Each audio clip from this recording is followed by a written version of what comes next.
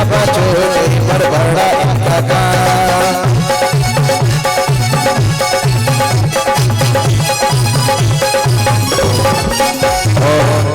इसी श्रृंखला में विप्र जनन के लिए मैं आमंत्रित कर रहा हूँ प्रतिभा दल की समस्त बड़ी दीदी जी के लिए, नीरज दीदी, सुषमा दीदी, हाँ हाँ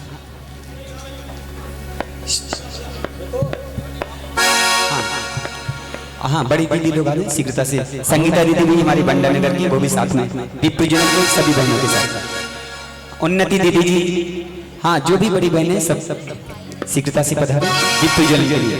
ज्ञान का दिया जला दो प्रभु। पांचों प्रतिभा स्थली की बड़ी बहनें आ जाएं, महाराज श्री को शास्त्र भेंट करेंगी। उसके पहले दीप प्रज्वलन साथ भेंट करने के लिए जिनवाणी प्रदान करने के ऊपर अभिनंदन अभिनंदन ये सौभाग्य हमारे हैं।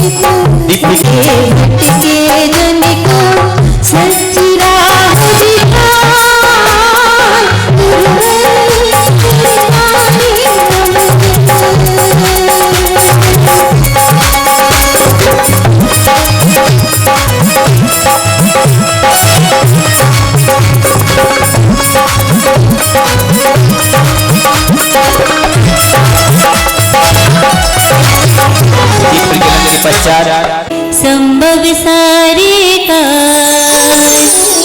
आचार्य श्री जी के चरणों में हम झुका रहे अपना जिनके जीवन की हर चर्या बड़ी बड़ी समझी अब गाथा नागमिका वह सुरा कलश जो बिखराती है गली गली जिनके दर्शन को पा करके दिल मुर जाए हृदय कली ये चर्या आपकी जो है नहीं गुरुदेव तपस्या से ये धरती है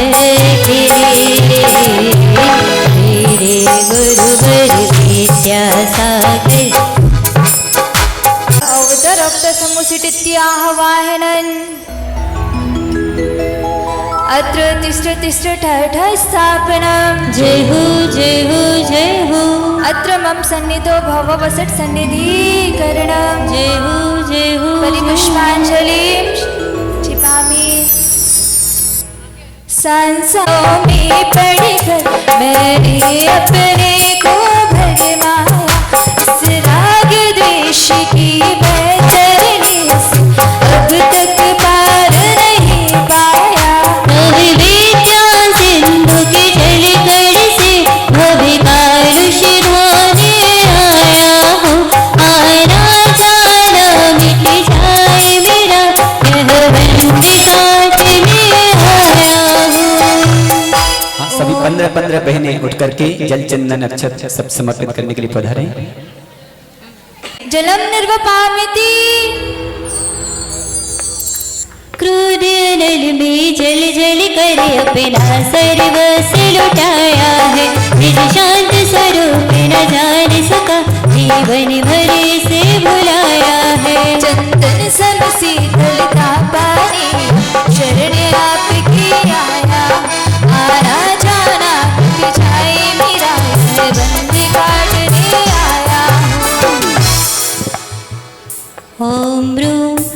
स्वाटाचार्य विद्यासागर मुनींद्र संसारता विनाश नाही।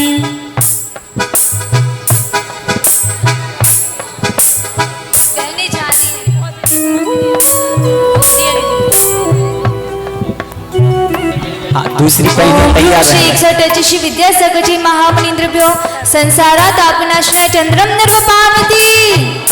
जड़ गुना मैंने जड़ सब जान लिया, अक्षय निधि को पहचाना, अपने तो केवल सपने थे, रहे और जगत का भटकाना। चरणों में अर्पित अक्षत है, अक्षय पद मुझको मिल जावे। सब ज्ञान अरुण के किरणों से हृदय कमल में खिल जावे।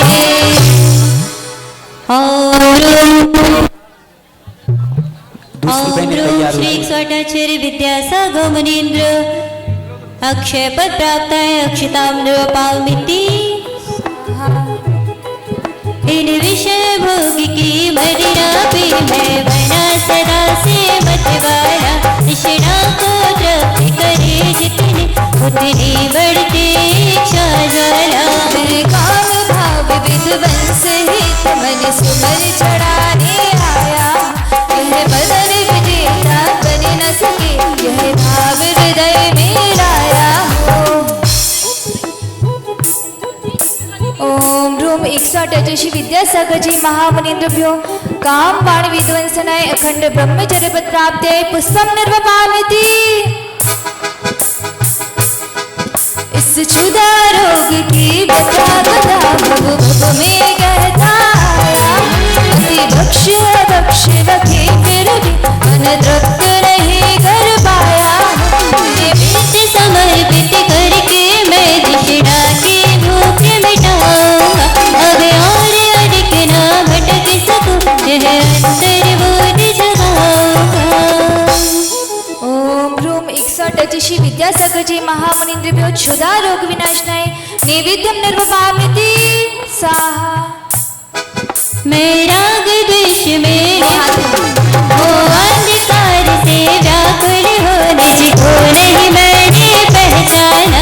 मैं राग द्वेष में लिप्त रहा, जिसे हाथ रहा बस पछताना। यह दीप समर्पित है मुनिवर, मेरा तन दूर भगा देता। तुम ज्ञान दीप की बाती से मम अंतर दीप जला देता। ओम ह्रूम श्री स्वाटाचार्य विद्यासागर मुनींद्र महामोहन कर विनाशनाय दिव्य दीपम निर्वपामिति। स्वाहा। दूसरी पहले उत्तर मैंने अशुभ कर्म ने घेरा है, मैंने अब तक यह माना। बस पाप कर्म तज पुण्य कर्म को चाह रहा अपनाना था। शुभ शुभ कर्म सब पुदल है, मैं इन्हें जलाने आया हूँ। इसीलिए गुरु जी के चरणों में अब धूप चढ़ाने लाया हूँ। ओम ह्रूम श्री स्वाटाचार्य विद्यासागर मुनींद्राय अष्टक्रम दुष्टक्रम देनाय धूपम निर्वपामिति। स्वाहा। भोगों को इतना भोगा कि खुद को ही भोग बना डाला। साध्य और साधक का अंतर मैंने आज मिटा डाला। मैं चिदानंद में लीन रहूं, पूजा का यह फल पाना। बारा था जिसके द्वारा मिल बैठा मुझे ठिकाना है। ओम ह्रूम 108 अजय श्री विद्यासागरजी महामुनींद्रभ्यो नमो नमः। महामोक्ष फल प्राप्ते फलम निर्वपामिति।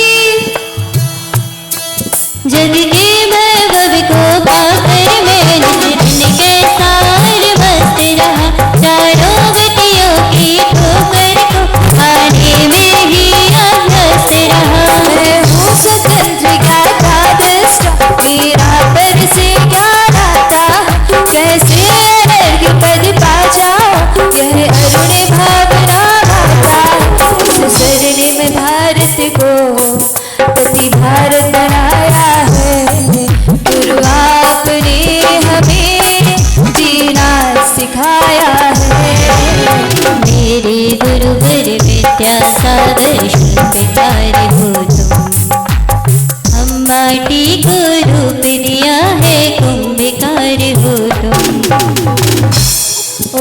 ह्रूम 61 अतिशि विद्यासागर जी महामुनिन्द्रभ्यो नमो नमः। अनैक पद प्राप्ते अर्घम निर्वपाम्यति। भावों के निर्मल दरिया में अविराहन करने आया, कवि का सारा दुख दर्द हर अर्घ भेटने लाया हूँ। मूर्ति है आराधन योगीश्वर है वास, हे अरुण कामना चीख सके युग युग तक आगामी बसन। पूर्णायु हो दीर्घायु हो आप सदायु हो, आप सदायु हो, हम सबकी आयु लग जाए, आप चिरायु हो, आप चिरायु हो। शाश्वत हो शासन गुरु तेरा, शाश्वत हो शासन गुरु तेरा, शरण में शाश्वत हो। मेरे चारों धाम के तीर्थ विद्यासागर हो। मेरी श्रद्धा मेरी भक्ति मेरे गुरुवर हो। मेरे चारों धाम के तीर्थ विद्यासागर हो।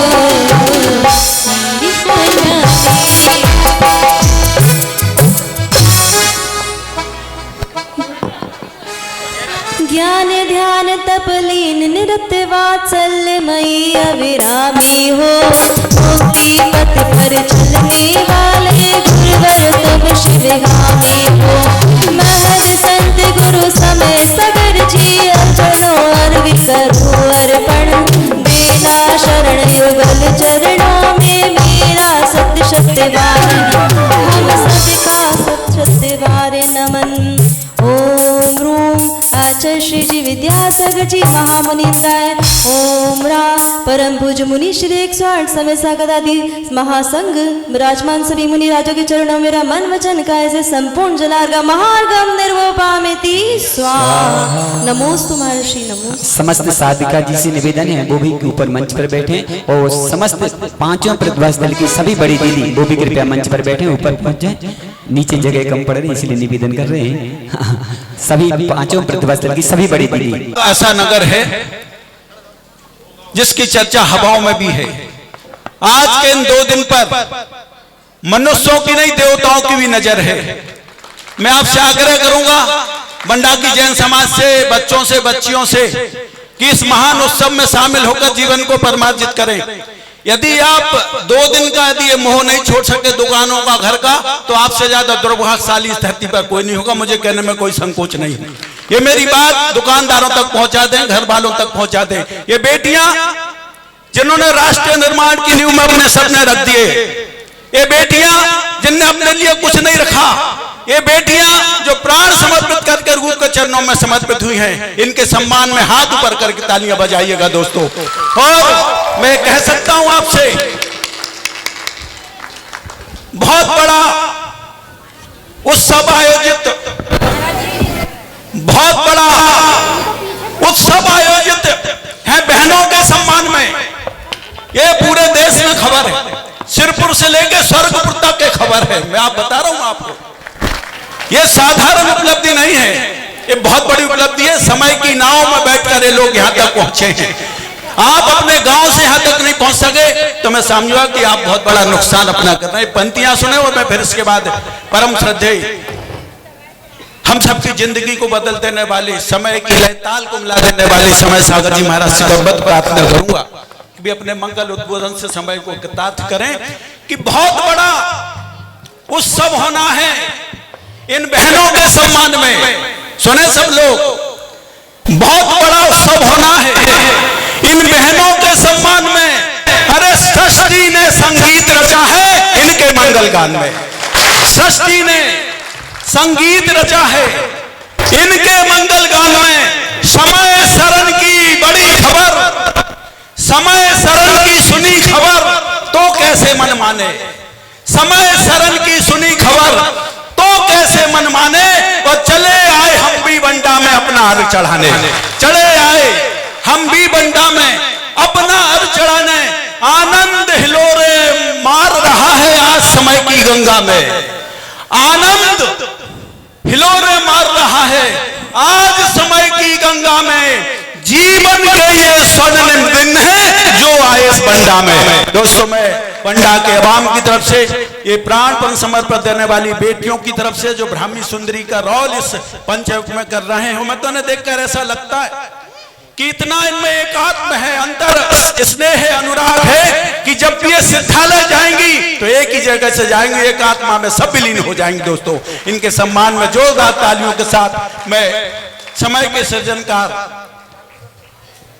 बहुत ही उपलब्धि भरा समय है दोस्तों, इनका एहसान दुनिया की कोई दौलत चुका नहीं सकती। मैं बता रहा हूं आपको, आज के इस भौतिक युग में अपनी आंखों के सपनों को दफन कर देना और दुनिया के उत्थान के सपने देखना पवित्र आंखें हैं दोस्तों।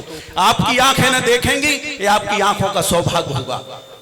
आप चाहें तो तालियां बजा सकते हैं, खामोश मत बैठिएगा।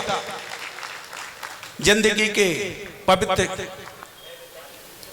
संगीत को छेड़ देने वाली परम श्रद्धेय इस गुरुकुल की बड़ी दीदी श्रद्धेय सुषमा दीदी से आग्रह करूंगा। अच्छा, सब एक दूसरे में शामिल हैं। मैं सभी दीदियों की तरफ से उन दीदी से निवेदन करता हूं जो आप बोलेंगी, एक बार आपकी तालियों की भाषा उनके सम्मान में बोलें और वे अपने समय को आगे पहुंचाते, समय के निकट, समय के चरणों में।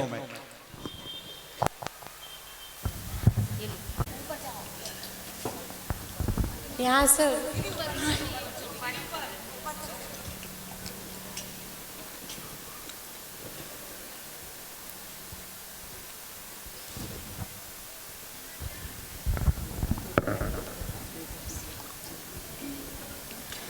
कोई शिष्य गुरु चरणों में जब सिर को झुकाता है,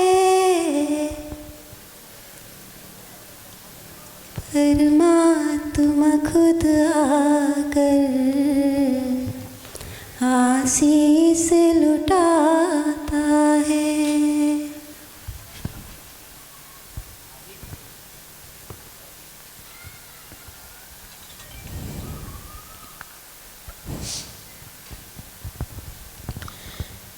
नमस्कार अरिहंत को, सिद्धों को नतमस्तक, आचार्यों को विनय से, उपाध्याय के साथ सर्व साधु को नमन हो।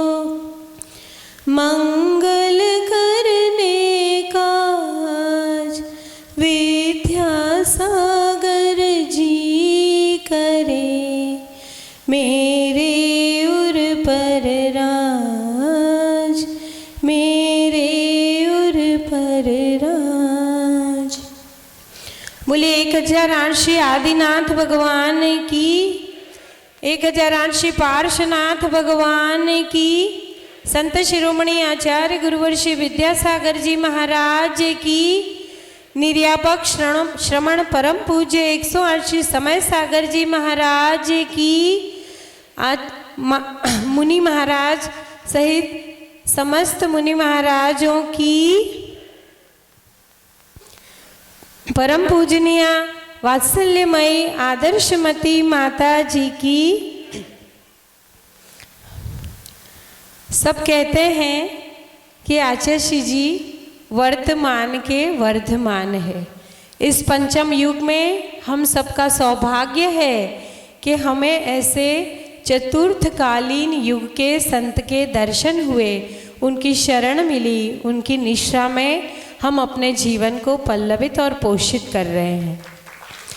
लेकिन हम लोग इस बात से सहमत नहीं।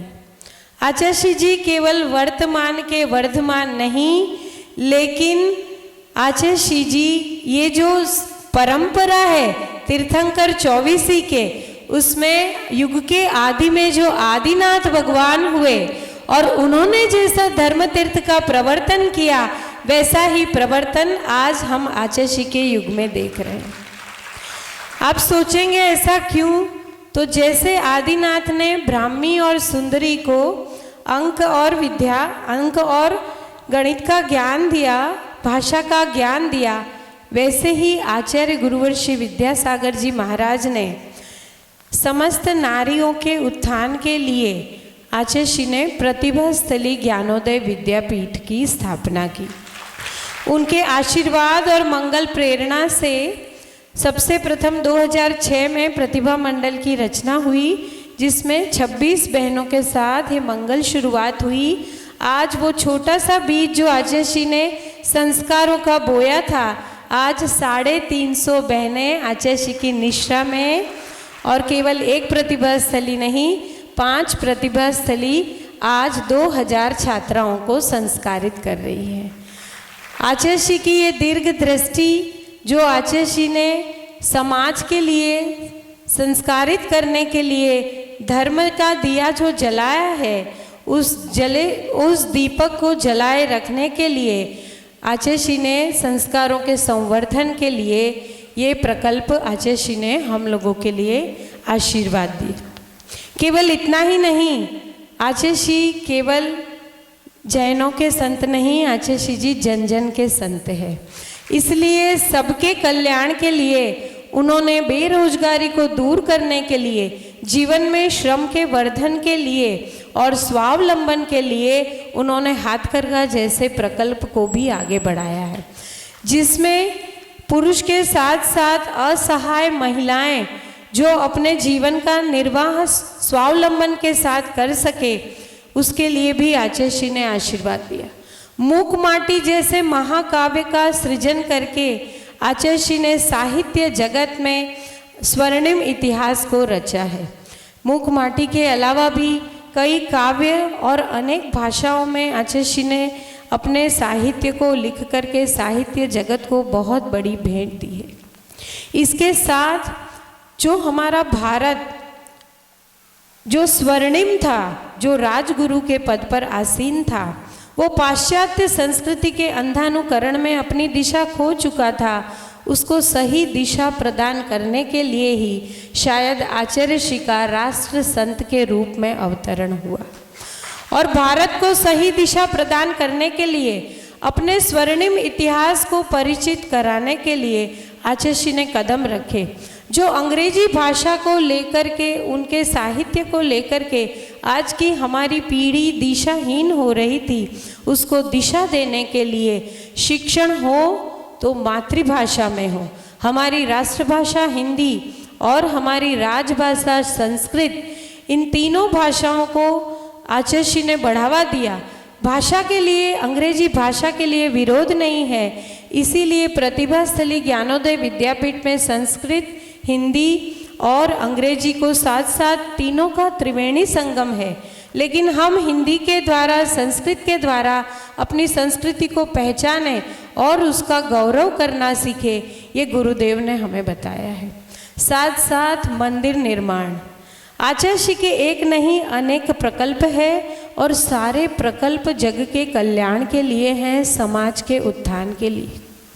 ये जो मंदिर है वो हमारी धर्म की धरोहर है, युगों युगों तक पीढ़ियाँ याद करेंगी। ऐसे बड़े बड़े कुंडलपुर बड़े बाबा का मंदिर और अमरकंटक का मंदिर, ऐसे अनगिनत जो आचार्य श्री ने बड़े बड़े पत्थर के मंदिर जो आचार्य श्री आशीर्वाद दे रहे हैं, जिससे हमारा धर्म और हमारी संस्कृति हमेशा के लिए सुरक्षित रहेगी। आचार्य श्री के इन प्रकल्पों के बारे में प्रकाश डालने के लिए और एक और चिकित्सा, तो चिकित्सा पूर्णायु जो प्रकल्प आचार्य श्री ने दिया है, दीर्घायु नहीं लेकिन पूर्णायु, सभी जीव स्वस्थता, तन की स्वस्थता ही मन की स्वस्थता को प्रदान करती है। इसीलिए तन भी स्वस्थ रहे, मन भी स्वस्थ रहे और हमारा अंतिम लक्ष्य चेतन भी स्वस्थ हो, इसी भावना के साथ पूर्णायु जो चिकित्सा के लिए सभी के लिए आचार्य श्री ने आशीर्वाद दिया है, इसी पूर्णायु प्रकल्प पर प्रकाश डालने के लिए बंडा नगर के गौरव आदरणीय संगीता दीदी को मैं आमंत्रित करना चाहूँगी। वे आ करके आचार्य श्री के इस प्रकल्प पर प्रकाश डालेंगे। संगीता दीदी।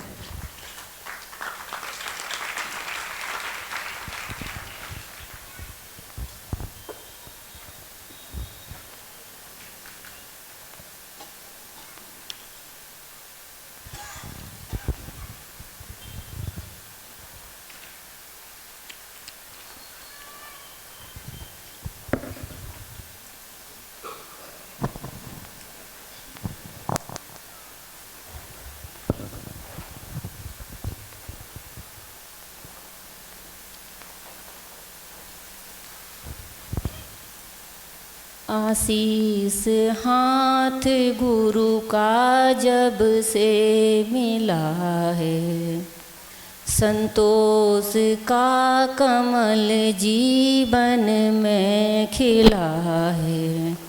आरिका रत्न श्री गुरुमती माता जी की परम पूज्य आरिका रत्न वात्सल्यमयी माँ समान बहनों को संस्कार से गुरु आज्ञा में श्वास श्वास गुरु आज्ञा में लगाने के लिए प्रेरित करने वाली परम पूज्य आरिका रत्न श्री आदर्शमती माता जी की, समस्त आचार्य संघ की, समस्त मुनि संघ की, बंधुओं, पूर्णायु एक ऐसा प्रकल्प है, लेकिन हम मात्र पूर्णायु की तरफ अपनी दृष्टि को डालना नहीं चाहेंगे। हमें आचार्य भगवान ने जो सेवा का प्रकल्प दिया है, चाहे शिक्षा का हो, चाहे चिकित्सा का हो, एक ही प्रकल्प नहीं है। सारे प्रकल्प आत्मनिर्भरता को जोड़ने के लिए जो परम पूज्य गुरुदेव ने दिए हैं, और सबसे बड़ा प्रकल्प इसमें जो दिया है वो उसकी आधारशिला है अहिंसा। अहिंसा को लोग शब्दों में तो बहुत बोलते हैं, हम जैन हैं, अहिंसा का पालन करना है, लेकिन कभी अपने अंतरंग में झांक के देखना हम कितना अहिंसा का पालन कर सकते हैं या कितना कर रहे हैं। हम शब्दों में तो जैनी बहुत हैं, लेकिन क्या कभी आचरण में जैनी बन पाए हम? तो जैन जगत को या प्राणी मात्र को आचरण से अहिंसा की ओर जोड़ने के लिए ये गुरुदेव ने सारे प्रकल्प दिए हैं। शिक्षा का है, चिकित्सा का है, रोजगार का है, अभी सारे प्रकल्प, और सारे प्रकल्पों में आचार्य श्री ने महिलाओं को भी जोड़ा।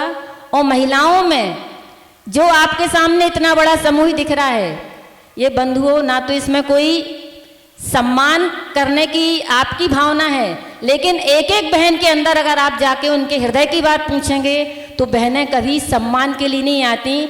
आचार्य श्री के लिए सबका ये संकल्प है कि हम लोग सेवा का और प्रतिभा का कभी सम्मान नहीं हुआ करता। और आचार्य श्री की ये मिलिट्री की सेना है। आचार्य श्री को शब्दों में कभी आदेशित नहीं करना पड़ता कि ये काम करो, सिर्फ आचार्य श्री का भाव समझ करके बहनें 24-24 घंटे भी काम करने के लिए खड़ी रहती और कभी पीछे नहीं हटती। आप कभी अगर, और आपको लगता है कि सिर्फ बहनें हैं, बहनें इतना काम करती हैं, बंधुओं पूरे जगत की, अगर जो एक रीढ़, शरीर में एक जो रीढ़ की हड्डी होती है, अगर रीढ़ की हड्डी मजबूत होती है तो सारा शरीर स्वस्थ होता है। ऐसे ही ये आचार्य श्री के गुरुकुल की रीढ़ की हड्डी है सारी बहनें, और आचार्य श्री के मन में जो भाव उठता है उन एक एक भावों को पूरा करने का संकल्प एक एक बहन के अंदर है। और ये बहनें छोटी मोटी नहीं है कि सामान्य से पढ़ाई लिखाई की और हम लोग के बीच में आ गई हों। ये इन बहनों में इतनी उत्कृष्ट लौकिक पढ़ाई को लेके आई हैं, लेकिन लौकिक पढ़ाई सेवा के आगे कोई मायने नहीं रखता था। इसमें बहुत सारी बहनें हैं जिनने सीए किया, डॉक्टर्स हैं, एमबीबीएस डॉक्टर्स भी हैं, आईआईटी पीएचडी भी की है, और सर्विस लाख करोड़ों का पैकेज, लाखों का पैकेज छोड़ के आपके नगर के अंदर जो महाराज जी के दर्शन करने आई हैं। गुरुदेव की भावना थी और आप लोगों का जो आग्रह था। बंधुओं, उत्कृष्ट कोटि की प्रतिभाओं की धनी बहनें आप लोग के नगर के अंदर आई हैं, और मेरा तो ये कहना है आप लोगों से, महाराज जी के धर्म लाभ आप लोग ले रहे हैं, लेकिन बहनों के जो एक समूह आपके सामने आज आपको मिला है, इसका लाभ लेने से वंचित ना रहें। इतना अच्छा लाभ और अवसर, ये पहली बार बंडा का शायद हो सकता पुण्य का उदय हो समाज का, और महाराज जी की बहनों का पुण्य का उदय हो कि महाराज जी के समूह में दर्शन करने का लाभ उनको मिलना था, इसलिए आपके नगर के अंदर बहनें आई हैं। अब हमारा जो हम थोड़ी सी जानकारी देंगे पूर्णायु के बारे में। पूर्णायु का जो प्रकल्प है चिकित्सा का, आचार्य श्री ने हम लोगों से 95 में एक बात बोली थी कि जो मिशनरीज होते हैं ईसाई धर्म वाले, उनके अंदर शिक्षा और चिकित्सा दो ये पहलू हैं, वो लोग बहुत सेवा भाव से करते हैं। तो मुझे ऐसा भाव आता है कि क्यों ना तुम लोग ब्रह्मचर्य व्रत लेकर के ऐसी बहनों का एक समूह ही बने जो चिकित्सा और सेवा के क्षेत्र में अपनी सेवाएं दे, निस्वार्थ भाव से।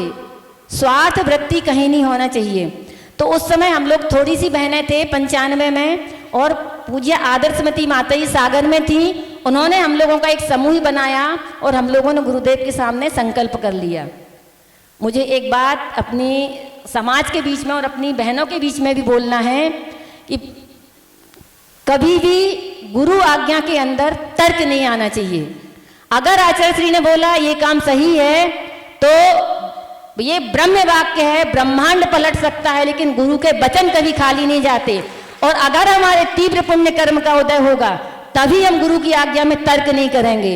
और अगर हमारा अनंत संसार बढ़ना होगा तो हम बार बार गुरु आज्ञा में संदेह और तर्क करेंगे, हमें करना कि नहीं करना। गुरु आज्ञा अविचारणीयम, एक बार हमने महाराज जी से पूछा था इसका अर्थ, तो गुरु की आज्ञा मिली, हम लोगों ने कायस्वर किया, धीरे धीरे चिकित्सा के क्षेत्र में बढ़ते गए। लेकिन ये सेवकों की सेना है, वैयावृत्ति करने वालों की सेना है, चाहे शिक्षा हो, चाहे चिकित्सा हो, या आत्मनिर्भरता रोजगार देने के लिए जो हथकरघा है, हस्तशिल्प है, हिंदी भाषा का है, सारी बहनों के अंदर ये प्रकल्प है ना, बहनों के अंदर ये प्रस्फुटित होके और पल्लवित होके आगे आ रहे हैं और बड़ी बड़ी योजनाओं का सुचारू रूप संचालन बहनें कर रही हैं। और पूर्णायु का प्रकल्प 95 से था कि अहिंसक चिकित्सा पद्धति के ऊपर कोई ऐसा काम हो, लेकिन यह हुआ कि धीरे धीरे भाग्योदय को उन्होंने आशीर्वाद दिया, बढ़ता गया। उसमें आयुर्वेद था, नेचुरोपैथी थी और एलोपैथी थी।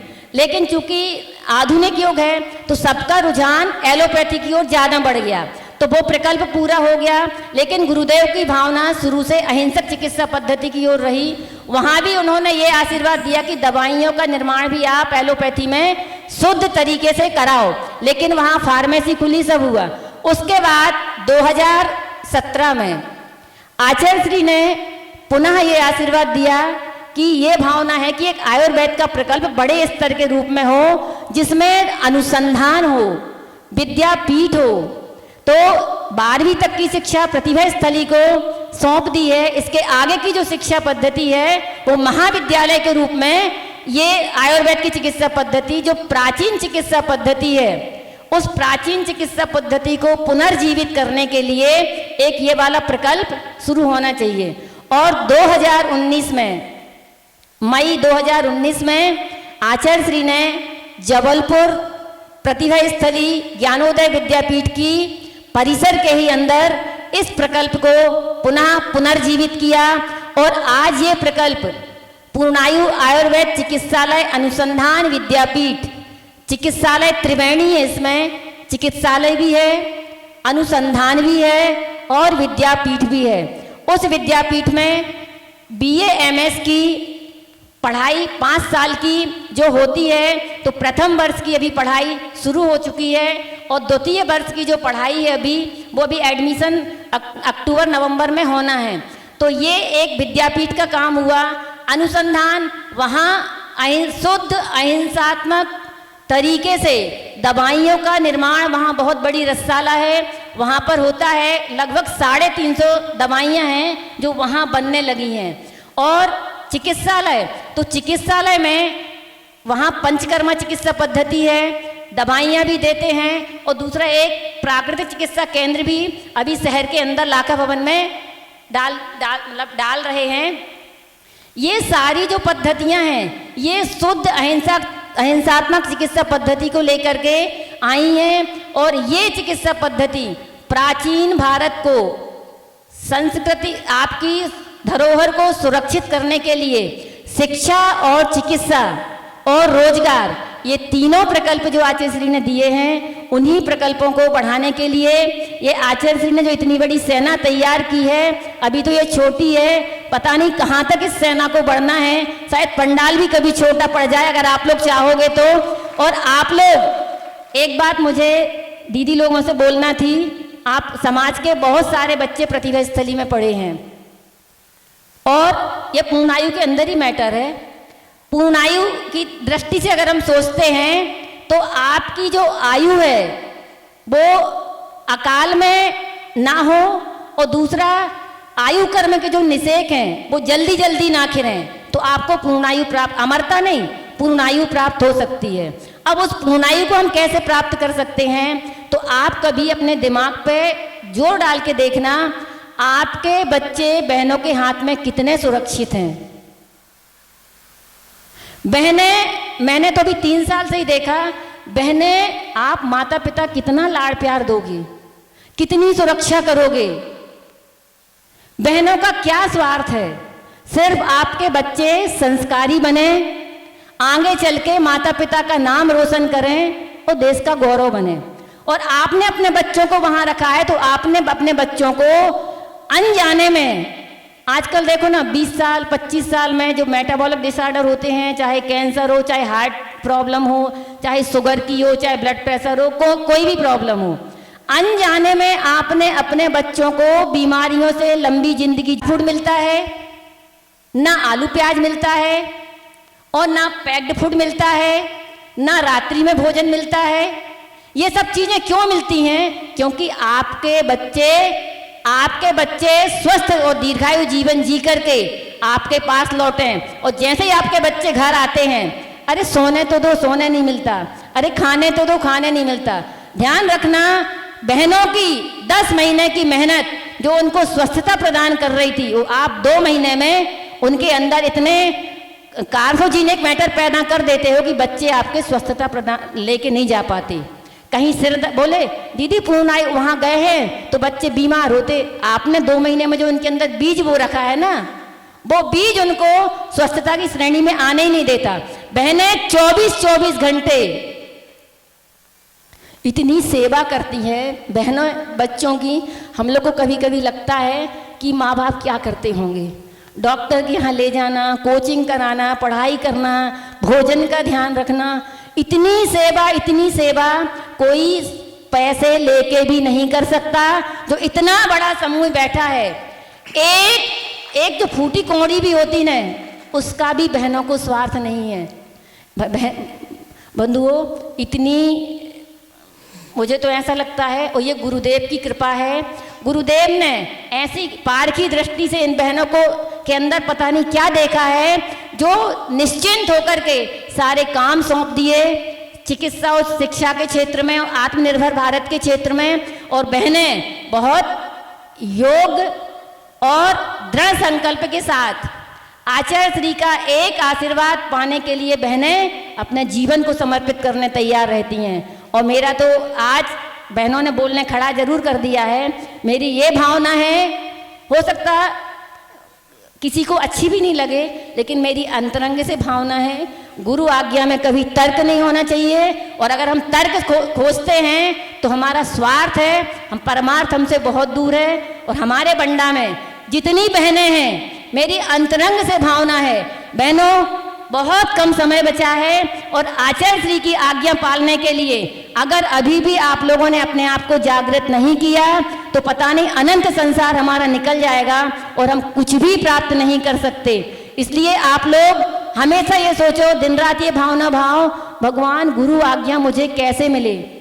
आचार्य श्री हमेशा बोलते, गुरु आज्ञा सबको नहीं मिलती है, बहुत अनंत भवों का पुण्य संचित करना पड़ता है, तब गुरु आज्ञा मिलती है। और मेरा सब बहनों से कहना है कि आप लोग भी इन सब बहनों में शामिल होने की अपनी भावना भाएं और एक गुरुजी का आशीर्वाद मिले, या पूछो आचार्य श्री हमें आगे क्या करना है, और आचार्य श्री का इशारा भी अगर आपको हो जाता है तो आप कूद पड़ो एक सेवकों की सेना में। ये सेवकों की सेना है जो बॉर्डर पे खड़ी है, संसार से पार उतरने के लिए, संसार में भटकने के लिए नहीं। पुलिसमैन घूमते हैं संसार में और मिलिट्री खड़ी रहती है बॉर्डर पे, तो ये बॉर्डर पे खड़ी रहने वाली सेना है कि संसार का गुरुजी की आज्ञा पालते पालते। दीदी ने एक शब्द बोला था कि हम उसको वैसा ही रिपीट नहीं कर पाएंगे, लेकिन हम लोगों का ये सोचना है कि सोचना क्या, भक्ति ही है कि आचार्य श्री के समो शरण में ही अपना कल्याण करके उन्हीं के समोसरण में भी हम लोगों को भी मोक्ष की प्राप्ति हो। इसी भावना से हम सब बहनें एक ही भावना बातें हैं कि कर्तव्य में कभी प्रमाद ना हो, गुरु आज्ञा उच्चारण में नहीं आचरण में हो, और गुरु आज्ञा जीवन में कर्म रूप में हम लोग सार्थक कर सकें उसके लिए। इसीलिए हम पूर्णायु के बारे में भी इतनी ही जानकारी आपको देंगे, बाकी आप लोग सब जानकार हैं। अहिंसक चिकित्सा पद्धति है और प्राचीन भारत की ओर लौट चलो तो बहुत अच्छा है। आपको दीर्घायु बनना है तो कहीं ना कहीं तो लौटना पड़ेगा, इसी के लिए पूर्णायु मिली है। और बाकी हम लोग को महाराज श्री को भी सुनना है। और अभी हमारी एक बहन और है, राज की समस्त मुनि संघ की कुछ महत्वपूर्ण सूचनाएं मंगल उद्बोधन के बाद हम प्रेषित करेंगे, कृपया उन्हें सुन के जाइए।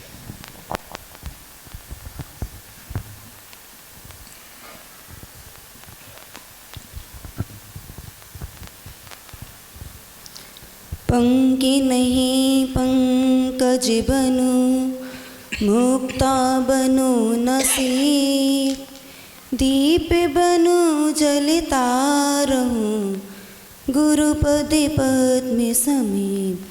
जय बोलो समस्त प्रतिभा स्थली के बड़े बाबा की, संत शिरोमणि आचार्य भगवान श्री 108 विद्यासागर जी महाराज की, परम पूज्य निर्यापक मुनि श्री 108 समय सागर जी महाराज की, समस्त मुनि संघ की, आचार्य संघ की, परम पूज्य आरिका माँ आदर्शमती माता जी की, सभी को जय।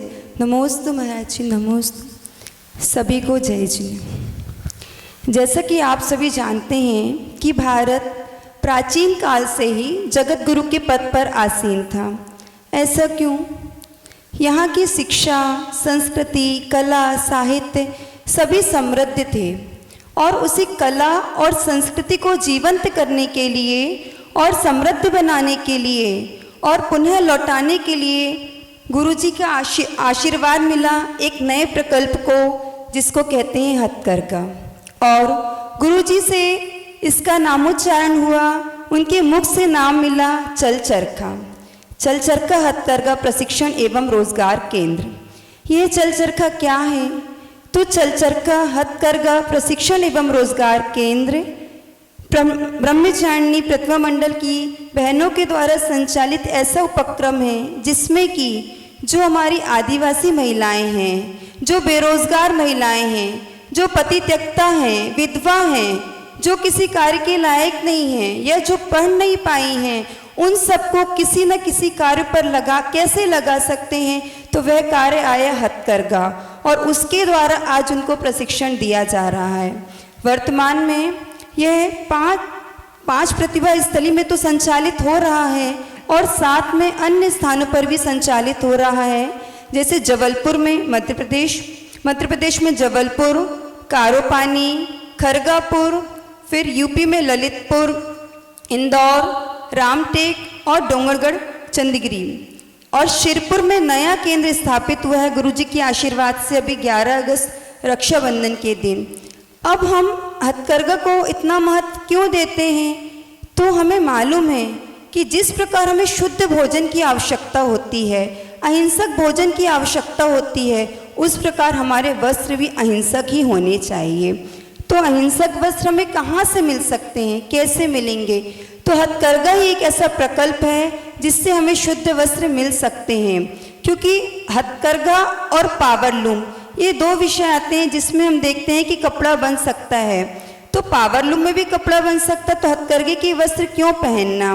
तो जब धागा बनता है और धागे की कताई होती है, बुनाई होती है, तो जब हाथ से कपड़े को बुना जाता है तब तो वो इसी वे में हथकरघे में चल जाता है, पर पावरलूम में उसको बहुत ज़्यादा प्रोसेस करके ही यूज़ किया जा सकता है। और जो प्रोसेस होती है उसमें जो गाय के बछड़े का चर्बी होती है उससे प्रोसेस होती है, जिसको हम साइजिंग प्रोसेस कहते हैं, उसमें मटन टैलो होता है, तभी धागे की स्ट्रेंथ को बढ़ाया जाता है और तभी वो पावरलूम में चल पाएगा। तो इसीलिए हमें पावरलूम के कपड़े का उपयोग नहीं करके हथकरघे के बने कपड़े का उपयोग करना है। अब इसमें जो महिलाओं को शामिल किया जाता है उनका चयन कैसे होता है? तो उनके लिए कोई प्रशिक्षण की विशेष कोई पढ़ाई की आवश्यकता नहीं होती, उनको प्रशिक्षण दिया जाता है। पर उनके लिए पहला नियम होता है कि आप कैसा भोजन करते हैं, क्योंकि जो व्यक्ति जिस भाव से काम करेगा वैसा ही रूप सामने आएगा। तो उनका पहला नियम कि वो शाकाहार का ही सेवन करेंगे।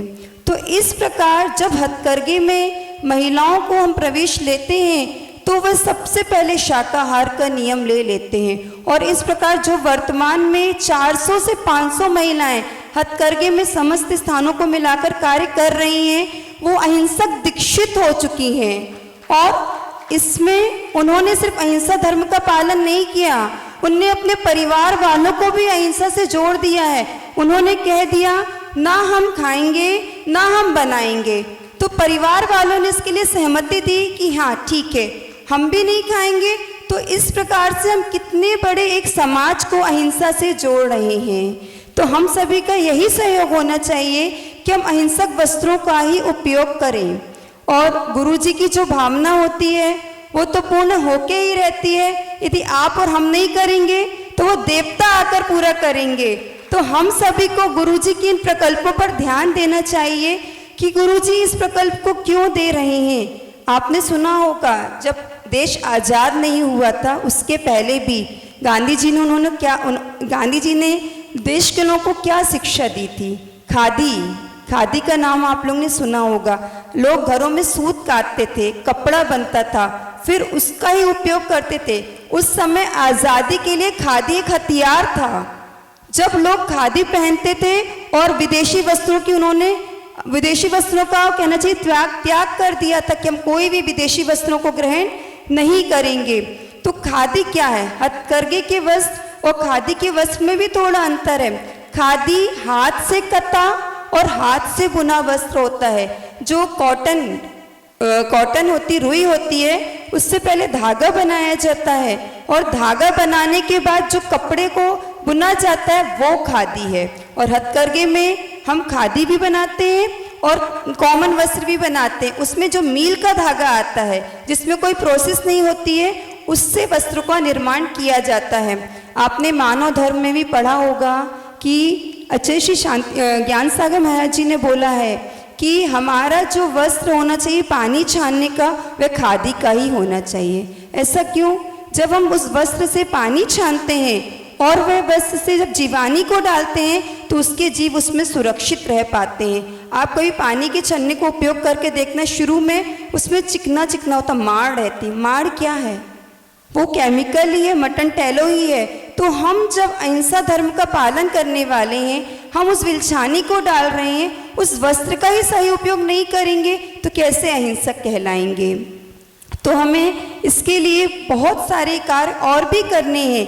अब खादी के वस्त्र को या हथकरघे के वस्त्र को कैसे आकर्षक रूप में आज के समय में परिवर्तन आ रहा है।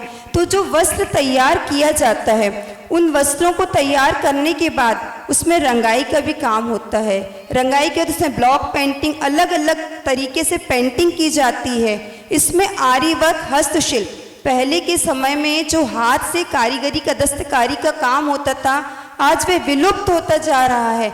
आज मशीनों से तो वस्तुएं बन जाती हैं, पर जो हाथ की वस्तु और मशीन से बनी वस्तु, उसमें अंतर सभी को समझ में आता है। तो गुरुजी का यह भाव है कि जो हमारी प्राचीन सभ्यता है, संस्कृति है, कला है, उसको हमें पुनर्जीवित करना है। इसलिए गुरुजी ने कहा रुको रुको लौट चलो, हमें अपनी संस्कृति को जीवित रखना है। तो उसमें हस्तशिल्प के द्वारा उसको और आकर्षित बनाया जाता है।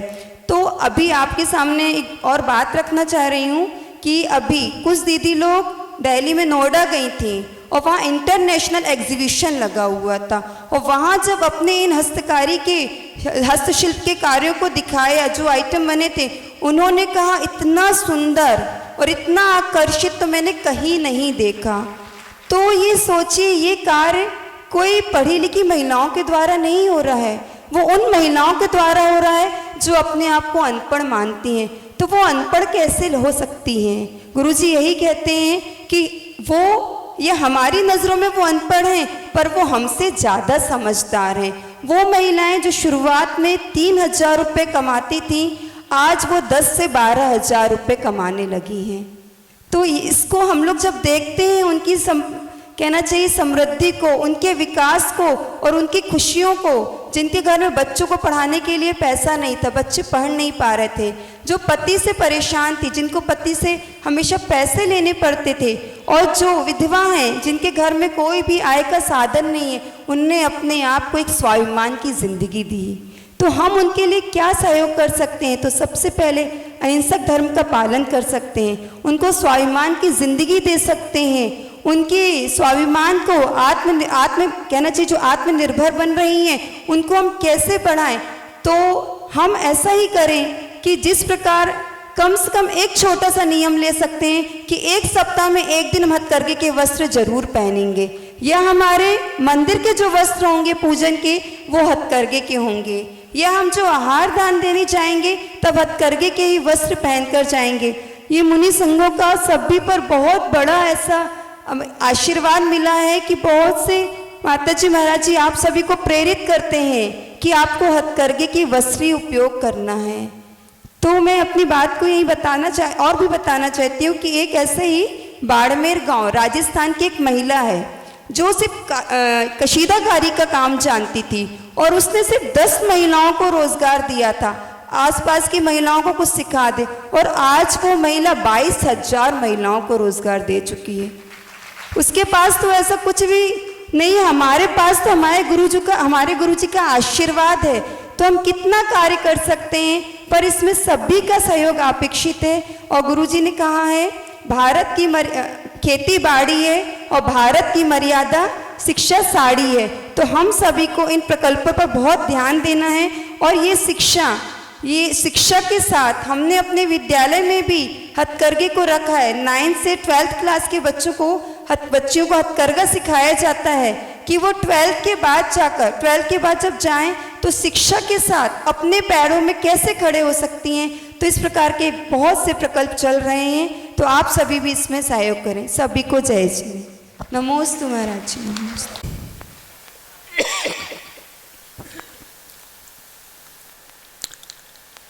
ओम नमः सिद्धेभ्यः, ओम नमः सिद्धेभ्यः, ओम नमः सिद्धेभ्यः। मंगलम भगवान वीरो, मंगलम गौतमो गणे, मंगलम कुंद कुंदाद्यो जैन धर्मोस्तु मंगलम। सर्वमंगल मांगल्यम सर्वकल्याणकारकम प्रधानम सर्वधर्माणां जैनम जयतु शासनम।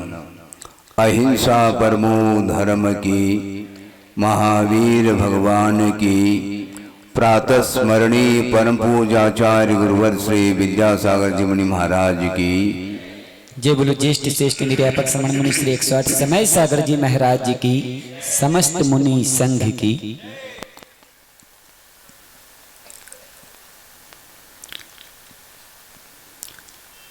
कल धनतेरस है, सबको ज्ञात है, और परसों 14 है, वार्षिक प्रतिक्रमण होना है, और उसके पश्चात प्रातःकालीन वेला में वीर निर्वाण महोत्सव मनाने के लिए आप एकत्रित होंगे, ये सभी को ज्ञात है। और इस प्रकार के अवसर प्रतिवर्ष आते रहते हैं और निकलते चले जाते हैं।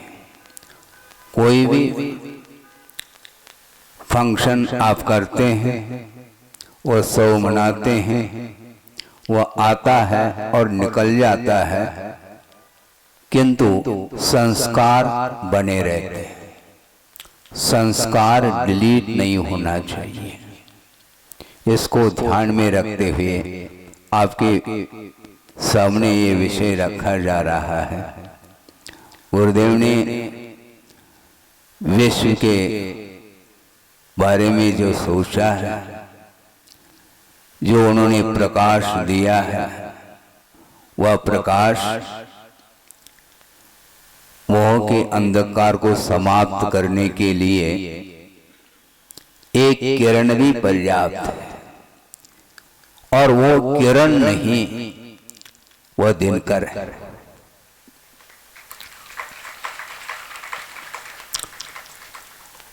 वो दिनकर हैं और हम और आप क्या हैं? किरण। सोचो, विचार करो।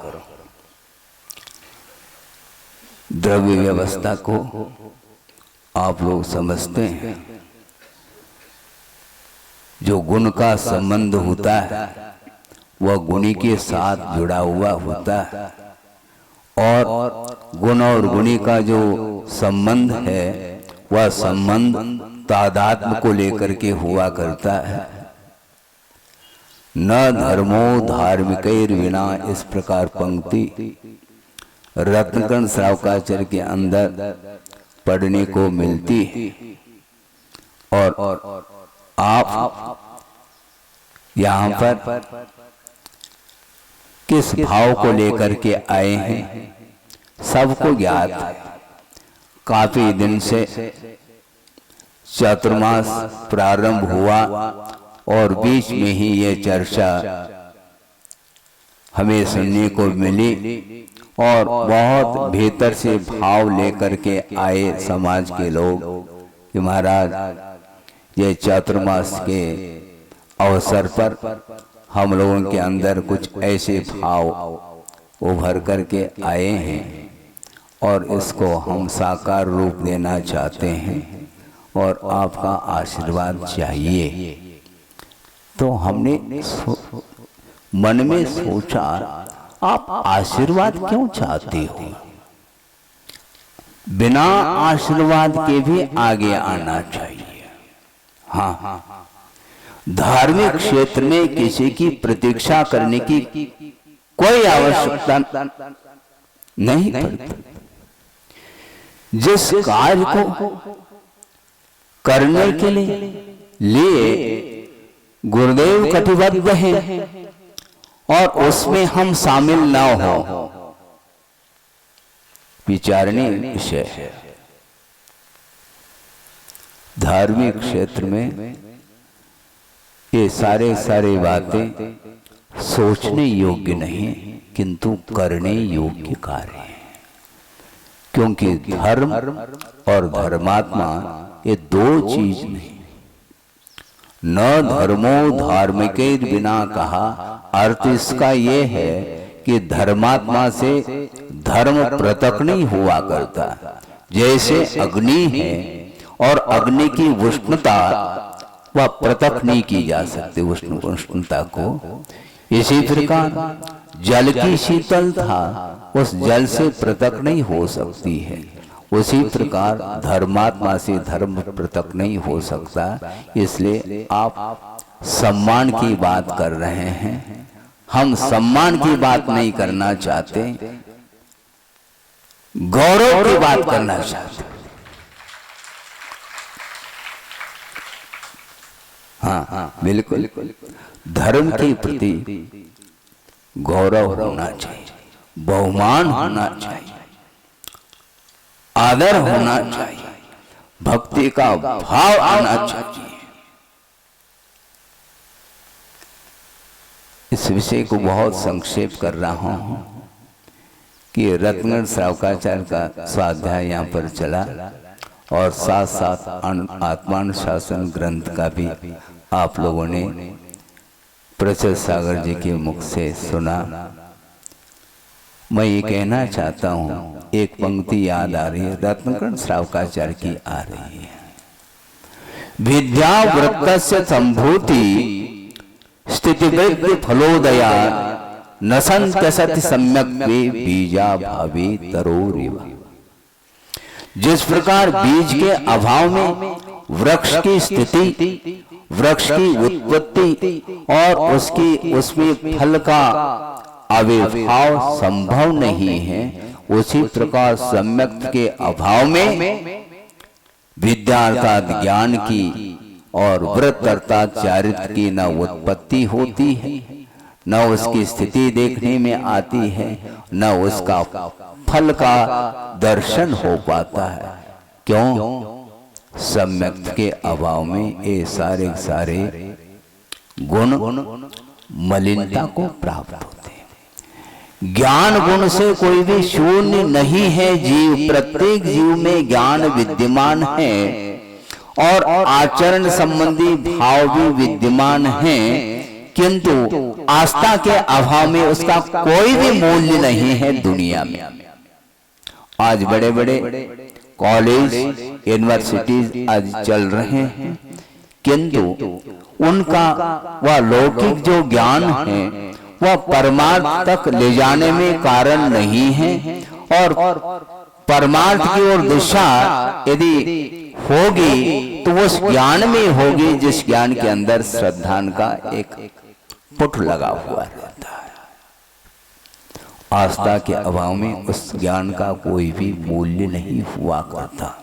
बल्कि कुंद कुंद स्वामी का ये कहना है कि ज्ञान और शील ये दो चीजें हैं, और ज्ञान और शील इन दोनों का परस्पर में विरोध नहीं किंतु मैत्री है। किंतु ज्ञान नष्ट क्यों हो रहा है? शील के द्वारा नहीं। विषयानानम विनाशन्ति, इस प्रकार कुंद कुंद स्वामी का कहना है। ज्ञान विनाश को प्राप्त हो रहा क्यों? विषय के द्वारा। विषयानानम विनाशन्ति, पंचेंद्र के जो विषय हैं उन विषयों के माध्यम से ज्ञान समाप्त होता चला जा रहा है। ज्ञान मर्यादित होना चाहिए, और मर्यादा सिखाने वाला कोई भी गुण है तो वह आस्था रूप श्रद्धानात्मक गुण है, जिसके माध्यम से ज्ञान मर्यादित हो सकता है। मर्यादा वर्तमान में कोई भी स्वीकार नहीं रहे। बड़े बड़े कॉलेज और स्कूल और यूनिवर्सिटी आदि हैं, वहां पर जा करके आपके बच्चे पढ़ते हैं और आप ही भेज देते हैं। शायद बंदा में बहुत कम छात्र होंगे जो पढ़ते होंगे। यहाँ से या तो सागर जाएंगे या जबलपुर अथवा महानगरी, और ज्यादा चाहो तो आउट ऑफ कंट्री। वहां पर जा करके वह आधुनिक शिक्षा को प्राप्त करते हैं, लौकिक शिक्षा को प्राप्त करके वह आ जाते हैं। किंतु उनका उद्देश्य क्या है? पढ़ने का उद्देश्य महत्वपूर्ण है, पढ़ना महत्वपूर्ण नहीं। उद्देश्य क्या? आपका क्या उद्देश्य? एक प्रसंग पहले भी हमने रखा था, प्रासंगिक समझता हूँ। एक सज्जन आए आचार्य महाराज के चरणों में और उन्होंने कहा कि महाराज, बहुत दिन की मेरी भावना है कि स्वाध्याय करने की। गुरुदेव ने कहा बहुत अच्छी बात है, अच्छा भाव आपके अंदर उभर करके आया है, स्वाध्याय करने की भावना आपकी है, किंतु मैं ये पूछना चाहता हूँ, स्वाध्याय करो, कोई बाधा नहीं, किमर्थम, स्वाध्याय क्यों करना चाहिए, यह महत्वपूर्ण है। आचार्य महाराज का ये कहना है कि साधन उतना महत्वपूर्ण नहीं जितना कि प्रयोजन महत्वपूर्ण है, उद्देश्य महत्वपूर्ण है। पढ़ाई करना महत्वपूर्ण नहीं, किंतु पढ़ाई का उद्देश्य क्या है? लौकिक पढ़ाई के उपरांत भी उसका वह ज्ञान परमार्थ क्षेत्र में कोई काम नहीं करता तो उस ज्ञान से कोई अपने को प्रयोजन सिद्ध नहीं होता। इसलिए गुरुदेव ने सोचा इस प्रकार की पढ़ाई हमें नहीं करनी है।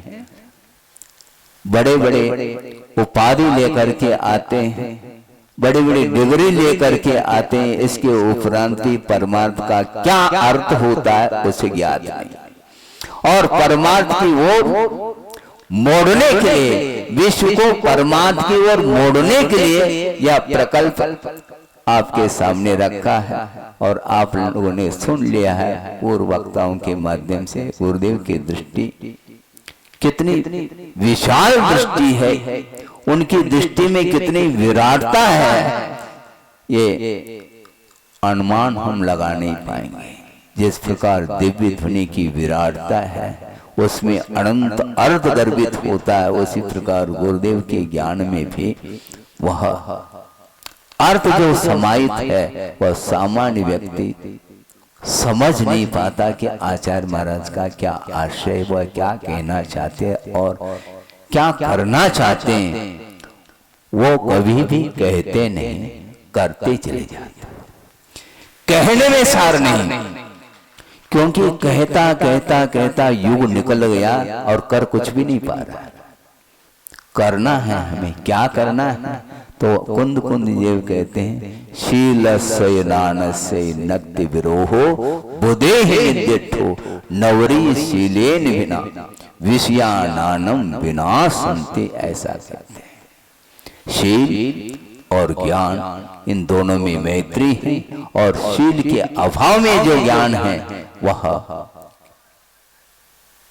शील के अभाव में जो ज्ञान है वह नष्ट हो जाता है, क्योंकि विषय के कारण वह ज्ञान की कोटि में नहीं आता। इसलिए पंचेंद्र के विषयों से ऊपर उठाने के लिए ये सारा प्रकल्प आपके सामने रखा गया है। विषय की ओर दृष्टि कम जाती है संसारी प्राणी की, क्यों? क्योंकि वह स्वार्थी है। स्वार्थ परायण जिसकी दृष्टि है वह केवल अपना अपना अपना ही कहता चला जाता है। अड़ोस पड़ोस में क्या स्थिति बन रही है, किस प्रकार उसका जीवन चल रहा है, उस पर कोई भी दृष्टि नहीं जाती उसकी। परस्परोपद्रव जीवानाम, हम सूत्र तो पढ़ते चले जा रहे हैं, किंतु हमारे लिए जो प्रबंध है वह अड़ोस पड़ोस के पास है क्या नहीं, ये देख नहीं पाते हैं। क्यों? उसका कर्म का उदय है, हम क्या कर सकते हैं? हमारा पुण्य कर्म का उदय